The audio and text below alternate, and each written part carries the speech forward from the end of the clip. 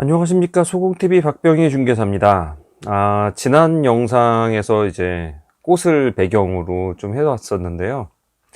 꽃가루가 엄청 날려 있더라고요. 네, 노랗게 묻어 나오는데, 야, 이거 장난이 아니던데요.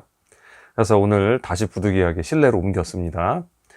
자, 오늘 똑같이 Q&A 좀 말씀을 드릴 건데요. 오늘도 몇 가지 같이 한꺼번에 얘기를 좀 드리려고 합니다. 자, 한 세 가지 정도 질문 같이 한꺼번에 드릴 거니까요. 연관돼 있는 거라 서로 들으시면 될 거예요.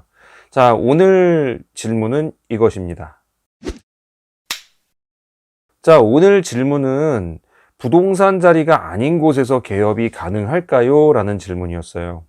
자, 그러니까 부동산 자리, 기존의 부동산 자리가 아닌 전혀 다른 업종을 나가면서 거길로 부동산으로 들어오든지 아니면 거기가 이제 비어있는 공실일 경우에 그 자리로 들어가서 부동산을 차리든지 이 얘기를 말하는 거예요.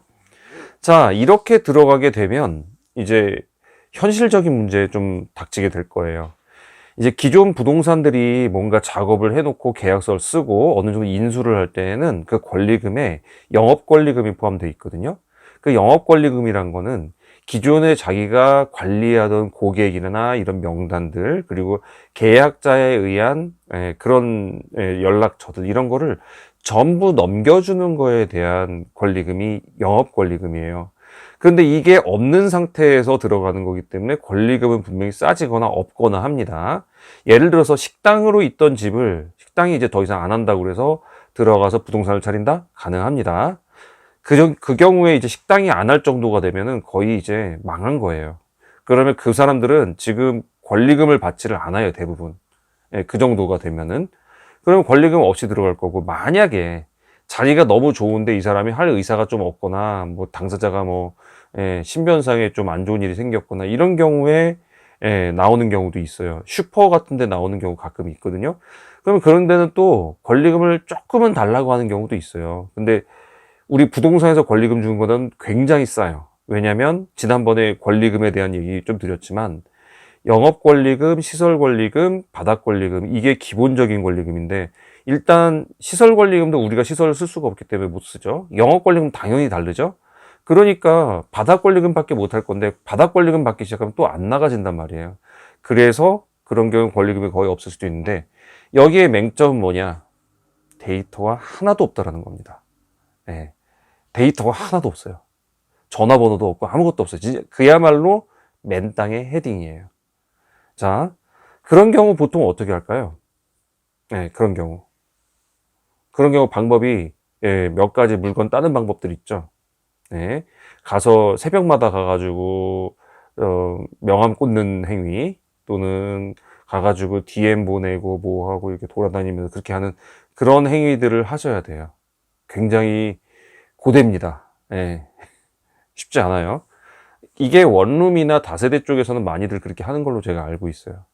그래서 처음 들어가는데 간다? 이런 가구 어차피 인수를 하더라도 하셔야 돼요. 어차피 할 것 같으면 그런 식으로 그냥 들어가도 사실 나쁘지는 않다고 봐요. 그렇기 때문에 그런 곳에서 할 수 있느냐? 할 수 있습니다.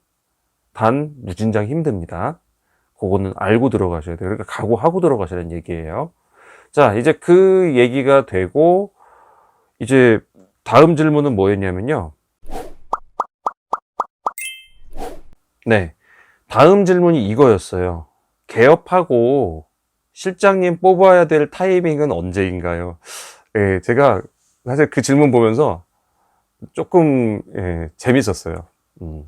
아, 진짜 별것 아닌 것까지 걱정 많이 하시는구나. 그럴 수 있거든요. 그분들 입장에서는 그럴 수 있어요. 그래서 그런 부분에 대해서 제가 들으면서, 우리가 생각하는 거, 그러니까 차리기 전에 생각하시는 분들은 정말 여러 가지를 걱정을 하시는구나라는 걸 저희가 좀 알아서, 그 부분 한번 말씀을 드렸었어요, 제가. 이렇게 보시면 돼요. 간단해요. 내가 막 혼자서 막 하다가 어느 정도 가다 보면은 매출이 점점 늘어나요. 내가 최선을 다해서 막 하다 보면요. 특히 오피스텔 다세대는 이게 바로 비약적으로 보이기 때문에 막 늘어나다가 어느 순간이 되면 그 매출이 멈추는 때가 와요. 그러면 나 혼자의 역량으로 할 수 있는 범위는 거기까지가 한계인 거예요. 그러면 이 한계가 왔을 때, 그때 실장님을 뽑으면 이게 곱하기 2가 되는 게 아니라 1.5 정도 돼요. 네. 1.5 정도 되고 거기서 일부를 이 실장님이 가져가고 나머지 그 일부에 대해서 받아가시면 그만큼 수익이 쭉쭉쭉 올라가는 거예요. 자, 만약에 그게 아니면 실장님을 비율제 실장님, 그러니까 잘하는 사람들을 말하는 거예요. 경력 있고 잘하는 사람들. 그런 사람들 비율제 실장님을 쓰면 돼요. 네, 그러면 그분들이 또 알아서 하십니다. 자, 그러면 내가 한계까지 안 가고, 나는 그냥 생활비 정도만 있으면 돼. 그렇게 하신다면, 그냥 편하게, 여자 실장님 잘하시는 분 영입해가지고 맡기고 그렇게 하는 방법도 있어요.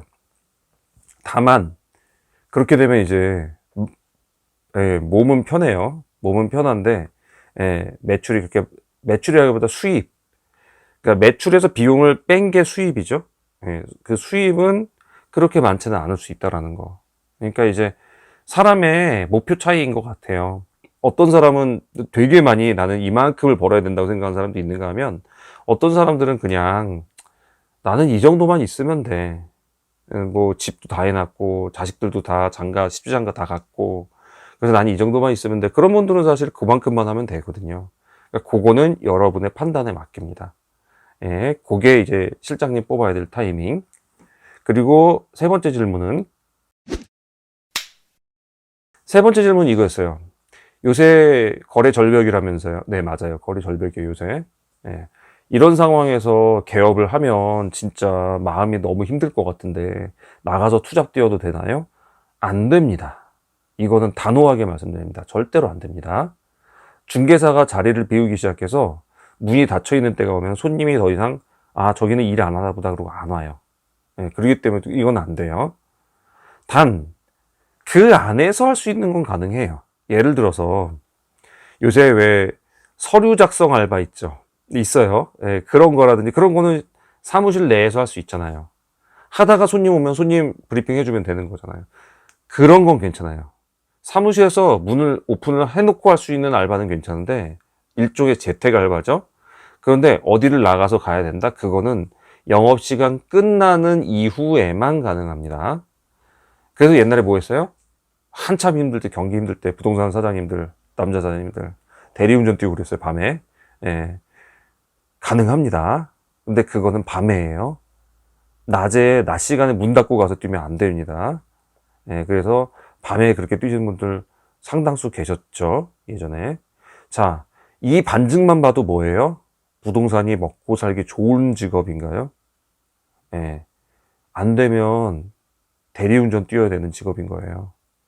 뭐 부동산 되게 많이 번다는 생각, 그 환상부터 깨셨으면 좋겠어요, 저는. 그리고 이걸 보는 혹시 부동산이 아닌 손님들, 부동산 중개 보수 자꾸 깎으려고 하지 않았으면 좋겠습니다. 그분들 그러다 망해가지고 문 닫잖아요. 그럼 결국 여러분 손해예요. 부동산이 없어지기 시작하면은 결국 독과점이 됩니다. 지금 뭐 누가 어쩌네 저쩌네 하면서 프로테크 들어오고 하는데 물론 저는 그거 겁나지 않아요. 왜냐면 과거에도 하얀 곡선을 그릴 때는 그런 데들 다 망했어요. 그래서 저는 그런 거 믿지 않는데 일단은 누가 들어오든지 간에 부동산이 망해가지고 나가게 되면요. 결국은 누군가의 독과점이 되게 되고요. 독과점이 되기 시작하면 그 피해는 고스란히 의뢰인 여러분에게 갑니다. 생각해 보세요. 변호사가 이 사람밖에 없어요. 그러면 그 변호사가 수임료를 깎아줄까요? 네. 덤핑 하다가 이제 하나둘씩 쓰러져 갑니다. 그렇게 되면은 덤핑 하다 보면 한둘씩 쓰러져 가게 되고 나중에 남는 사람만 남게 되거든요. 그 사람들이 거기서 살아남은 사람들이 그동안 출혈이 있었던 거 다 회복하려고 하지 않을까요? 네. 여러분들 멀리 보셔야 돼요. 네. 멀리 보시고 너무 중개보수 막 깎으려고 하시는 분들 사실 월급 깎여 보시면 기분 아실 거예요. 네. 여러분들의 월급 회사에서 팍 감봉을 시켜버리면 여러분들 기분 안 좋죠. 똑같은 겁니다. 그리고 중개사분들 그렇게 많이 못 벌어요. 뭐 일확천금 버는 줄 알고 계시는데 정말 힘든 사람들 많으시고요. 그럼에도 불구하고 의뢰인 위해서 열심히 뛰려는 사람들 많으세요.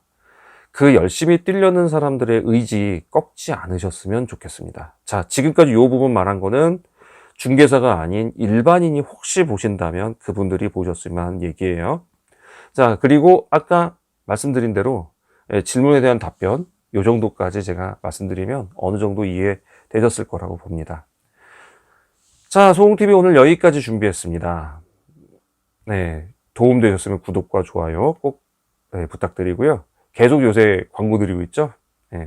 부동산 사기, 사기당하는 유형, 부동산 사고, 거래 사고 유형이죠. 일종의. 그 외에 잔사고, 잔사기, 별의별 거 많아요. 저는 눈으로 본 것도 있고, 사건 사례 본 것도 있고요. 재밌는 거 많습니다. 이거 다다음번으로 해야 될 것 같아요. 다다음번 라이브 방송에서 할 거고요. 다음번 라이브 방송은 Q&A로 일단은 한 번 더 해가지고 들어갈 겁니다. 기존에 약속을 했기 때문에. 그래서 다음번이 Q&A 한 번 더 들어가고, 그 다음번이 이 사기 거래 유형, 요거에 대해서 좀 여러분들께 안내를 드릴 거예요. 자, 오늘 여기까지 마무리 짓고요. 여기서 인사드리겠습니다. 말씀드렸죠? 라이브 방송 들으려면 구독하고 일정 시간 시청하셔야 됩니다. 꼭 좀 부탁드리겠습니다. 자, 그럼 여기서 인사드리겠습니다. 감사합니다.